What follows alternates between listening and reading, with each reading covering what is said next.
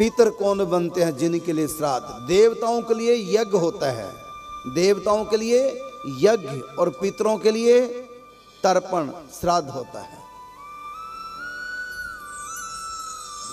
हम जो भी देवताओं के लिए यज्ञ करते हैं, यज्ञ सामग्री तो हम डालते हैं अग्नि में, और वो उसका सूक्ष्म भाग देवताओं के आहार में कन्वर्ट होकर के स्वाहा नाम की देवी पहुंचा देती है। जैसे आप लेटर बॉक्स में पत्र डालते हैं, अपने रिश्तेदार के घर जाके नहीं पहुंचाते, लेटर बॉक्स में डाल देते हैं।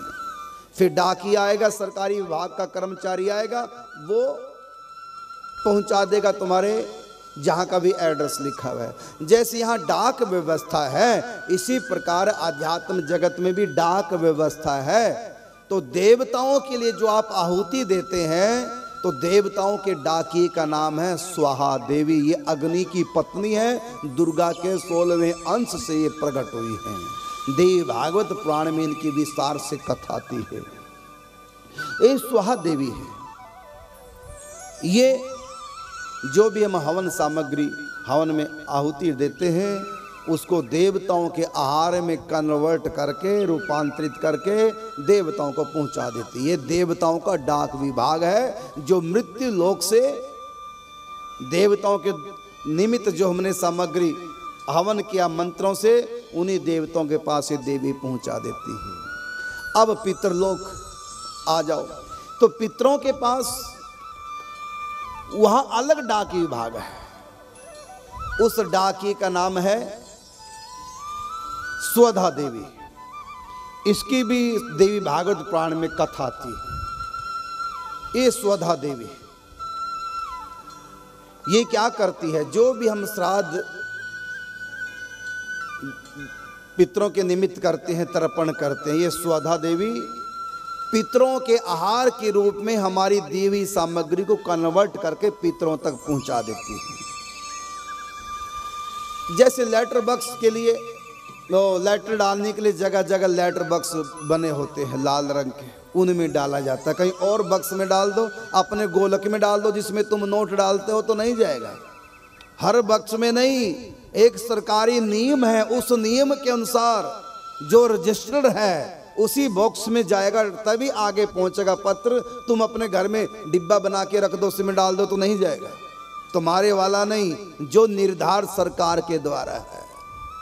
यद्यपि कागज भी नोट है, लेकिन हर कागज नोट नहीं। सरकारी मोहर सरकार के द्वारा जो मान्यता प्राप्त है, केवल वही नोट हो सकता है, और नहीं कागज हो सकता। अगर हम भी छपवाएंगे, नकली कहलाएंगे, पकड़े और जाएंगे, जेल में और जाएंगे।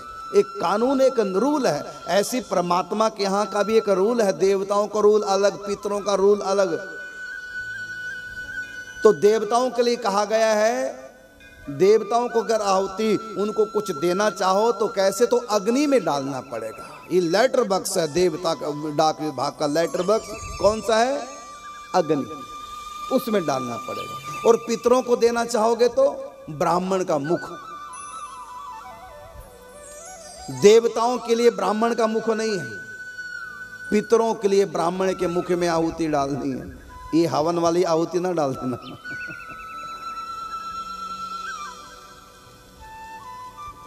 तो पितरों के पास कैसे जाएगा? तो हम ब्राह्मणों को जो भोजन कराएंगे वही भोजन नहीं जाएगा, कन्वर्ट होकर जाता है। जैसे हम यहाँ से रुपए भेजेंगे अमेरिका वालों के लिए, तो वहाँ पर वो डॉलर के रूप में कन्वर्ट हो जाएगा। और अमेरिका के डॉलर जब यहाँ आएंगे तो ये तो मार्केट में चलेंगे नहीं, तो क्या करते हैं? डॉलरों को रुपए के रूप में कन्वर्ट करते हैं, डायरेक्ट नहीं चल सकते।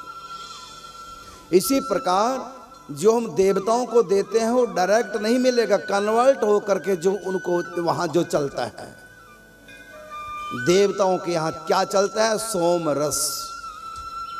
सोमरस का अर्थ शराब कभी ना लगा लेना।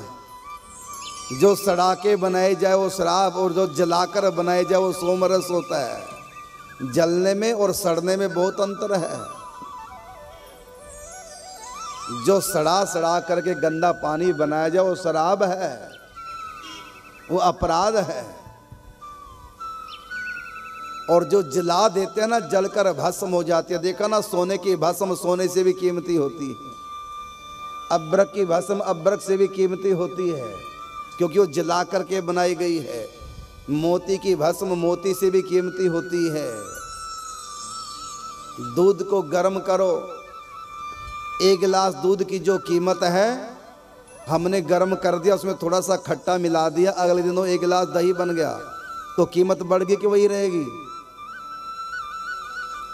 दही कीमती ज्यादा होती है, दूध की कीमत कम, जबकि वेट बराबर है। और डाला क्या हमने? कुछ नहीं डाला, एक बार उसको तपाया था, बस तपाया दूध को और उसमें थोड़ा खट्टा मिला दिया, अगले दिन दही बन गया। दूध उतना ही है, दही उतनी वेट की है, लेकिन कीमत बढ़ गई। और उसको मथा तो मक्खन निकल गया, तो कीमत और बढ़ गई। मक्खन को फिर गर्म किया तो घी बन गया, और कीमत। और घी को खाया तो खून बन गया, तो और कीमती हो गया। कन्वर्ट होते होते कीमती हो जाता है। तो देवताओं के निमित्त जो हमने आहुति डाली, उसे स्वधा देवी ने क्या किया? हमारी डाली हुई अग्नि में आहुति वो कन्वर्ट करके देवताओं को सोम रस के रूप में, सोम रस का मतलब अमृत होता है, न कि शराब। ध्यान दे मेरी बात पर, सोम रस का अर्थ क्या है? अमृत, न कि शराब।